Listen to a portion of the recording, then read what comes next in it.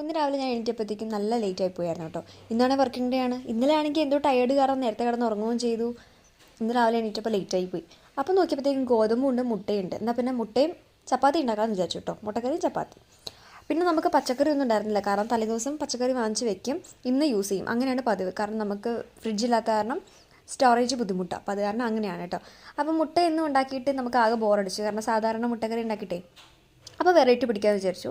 മുട്ട നന്നായിട്ട് മിക്സ് ചെയ്ത് കുറച്ച് ഉപ്പ് ഇട്ട് നമ്മുടെ പണ്ട് നമ്മൾ കേക്ക് ഉണ്ടാക്കിയിരുന്നില്ലേ, കുക്കറിലിട്ടിട്ട് അതേമാതിരി വെച്ചു. തുറന്ന് നോക്കിയപ്പോൾ നല്ല കേക്ക് പരുവത്തിലായിട്ടുണ്ടായിരുന്നു. പിന്നെ നമ്മൾ പനീറിൻ്റെ ഗ്രേവി എങ്ങനെ ഉണ്ടാക്കാറ്, സാധാരണ മസാല എല്ലാം കൂടി ഇട്ടിട്ട് തക്കാളിയും സബോളയൊക്കെ ഇട്ടിട്ടൊന്ന് വരട്ടി ഇഞ്ചി വെളുത്തുള്ളി പേസ്റ്റും ഇട്ടിട്ട് ആ ഗ്രേവി ഉണ്ടാക്കിയെടുത്തു. അതിനുശേഷം ഈ മുട്ട കുഞ്ഞു കുഞ്ഞായിട്ട് സ്ക്വയർ കട്ട് ചെയ്തിട്ട് ഇതിലേക്ക് ഗ്രേവി ആയിട്ട് ഈ ഗ്രേവി എല്ലാം കൂടെ ഒന്ന് മിക്സ് ആയി ഒന്ന് ഫ്രൈ ആയി വരുമ്പോഴത്തേക്കും ഒന്ന് അരച്ചിട്ട് ഗ്രേവി ആക്കി ഈ പനീർ മാതിരി മുട്ട ഇട്ടിട്ട് ചപ്പാത്തി ഉണ്ടാക്കി സെറ്റ് ആക്കിയിട്ടുണ്ട്. അപ്പോൾ രാവിലത്തേക്ക് ഉച്ചക്കത്തേക്കുള്ള ഫുഡ് റെഡി ആയിട്ടുണ്ട്. അപ്പോൾ ടാറ്റാ.